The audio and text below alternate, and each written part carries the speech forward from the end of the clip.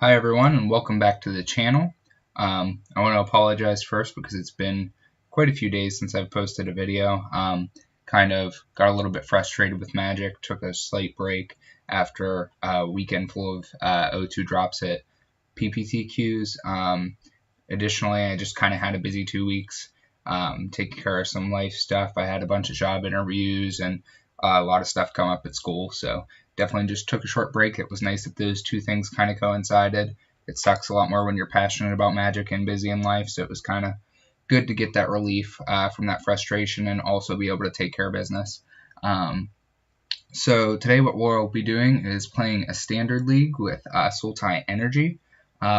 We actually already recorded one league today with this deck with minor changes. We actually 5-0'd with that. However, when I went to upload the videos, I realized that somehow my OBS settings got messed up. So everything was so blurry you couldn't even see the pictures on the cards, let alone read any of the text. So I watched my tutorials again, went through and updated those settings, and hopefully we'll be on track now.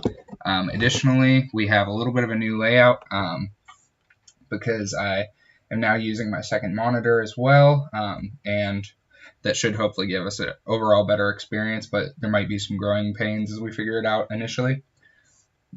As far as the deck's concerned, it's pretty similar to Snakes and Ladders that Jadine has been piloting lately. Ours is a little heavier into the energy synergies with Long Tusk Cub, and Winding Constrictor's energy synergies, and 4 copies of Glintsleeve Siphoner, and 4 copies of Bristling Hydra.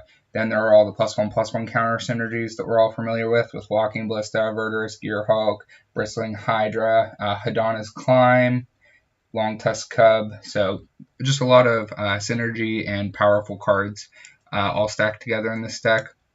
One interesting change I made from Jadine's list was these Drowned Catacombs or Fetid Pools in her list. I think it's important to maximize the times where we have our 5th and 6th lands come in untapped. So I want to have some chance of those Drowned Catacombs coming in untapped, whereas the Fetid Pools would always come in tapped. The trade-off is, of course, that you don't have the option to cycle the Drowned Catacombs, where if you're drawing lands in the late game with the Fetid Pools, you can cycle those. I think that's the main change I made, aside from the energy slant to the list. The reason we're going to be playing this list is because with Dominaria coming into the format, all the lands are going to get a lot better. The lands are what holds the deck back currently the most.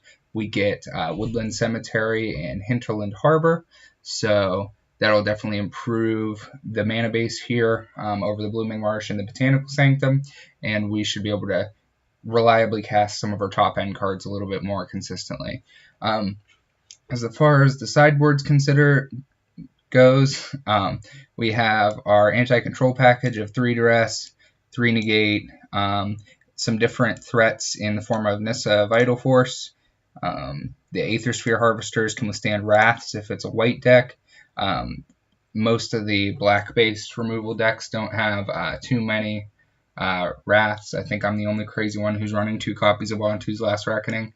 We also have Driven to Despair, which is great against control and just a great card advantage engine, even though it doesn't seem like it, that it would be all that impactful. Making them discard and us draw is just absolutely amazing.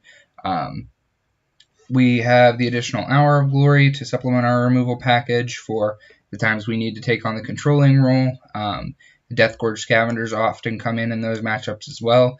Deathgorge Scavenger is just an absolutely fantastic card. It has so many different applications. So I think we have a pretty good sideboard that allows us to either take the beatdown roll against control or take a controlling roll whenever that's necessary as well. One last thing before we go ahead and jump into this league. For the future, I'm going to be primarily streaming rather than recording videos for YouTube. I think with streaming, if you can get a reliable viewer base, you get more of the interaction I'm looking for. I'm looking for instant speed feedback on the decisions I'm making in game, and I think Twitch chat offers a better medium for that. Currently, I haven't made too many videos or streamed too often on Twitch just due to comfort level. So in the future, I'm going to be forcing myself to do that, and as I do it more, I'm sure I'll get more comfortable with it. So videos that will be uploaded to YouTube will be from Twitch for the future. This just helps me to optimize my time and will also help me to get more comfortable both with the Twitch layout and speaking in live time, playing in live time in front of people. So without further ado, I guess we'll go ahead and hop into a league. We'll be back for round 1 in the next video.